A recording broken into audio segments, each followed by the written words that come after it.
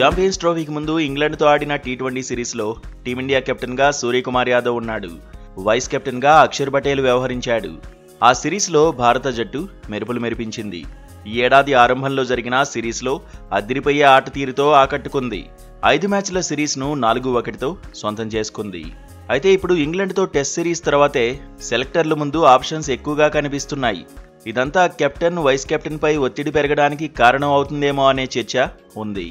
ఇంగ్లాండ్తో test సిరీస్కు ముందు వరకు T20 జట్టు కెప్టెన్ అంటే సూర్యకుమార్ యాదవ్ పేరే వినిపించింది. ఇప్పుడు ఫ్యూచర్ను దృష్టిలో పెట్టుకుని సుమన్కు కెప్టెన్సీ ఇస్తే ఎలా ఉంటుందనే వాదన ఉంది. అయితే ఇప్పటికిప్పుడు కెప్టెన్సీ ఇవ్వకపోయినా వైస్ కెప్టెన్సీ ఇవ్వాలనే వాళ్ళు ఉన్నారు.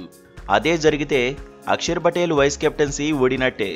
అంతేకాదు ఇంగ్లాండ్తో టెస్ట్ సిరీస్లో వాషింగ్టన్ సుందర్ ఆల్రౌండ్ షో చూపించాడు. బ్యాట్తో పంజా విసిరాడు, సెంచరీ కూడా కొట్టాడు.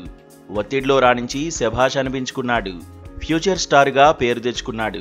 కొందరైతే రవీంద్ర జడేజా వారసుడు వాషింగ్టన్ సుందరే అని కూడా కితాబీ చేస్తున్నారు.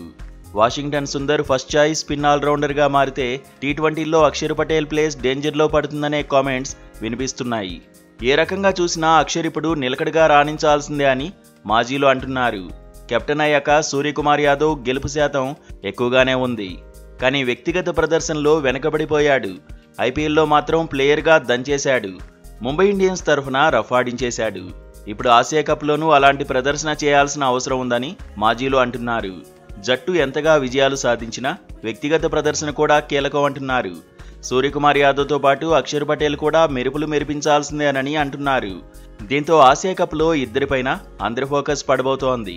ఇక కెరీర్లో సూర్యకుమార్ యాదవ్ ఇప్పటివరకు 83 అంతర్జాతీయ టీ20ల్లో బరిలోకి దిగాడు. 2598 పరుగులు చేశాడు. ఇందులో 4 సెంచరీలు, 21 హాఫ్ సెంచరీలు ఉన్నాయి. అక్షర్ పటేల్ 71 టీ20ల్లో బరిలోకి దిగాడు. 535 పరుగులు సాధించాడు. ఇందులో 1 హాఫ్ సెంచరీ ఉంది. టీ20 కెరీర్లో అక్షర్ పటేల్ 71 వికెట్లు తీశాడు. టీ20 జట్టులోకి శుభ్మన్ గిల్ రాకపోతే అక్షర్ పటేల్ వైస్ కెప్టెన్గా కొనసాగడం ఖాయమే. ఆసియా కప్లో బరిలో దిగిన జట్టే దాదాపు టీ20 వరల్డ్ కప్ ఆడే అవకాశాలు ఉన్నాయని కూడా చర్చ జరుగుతోంది.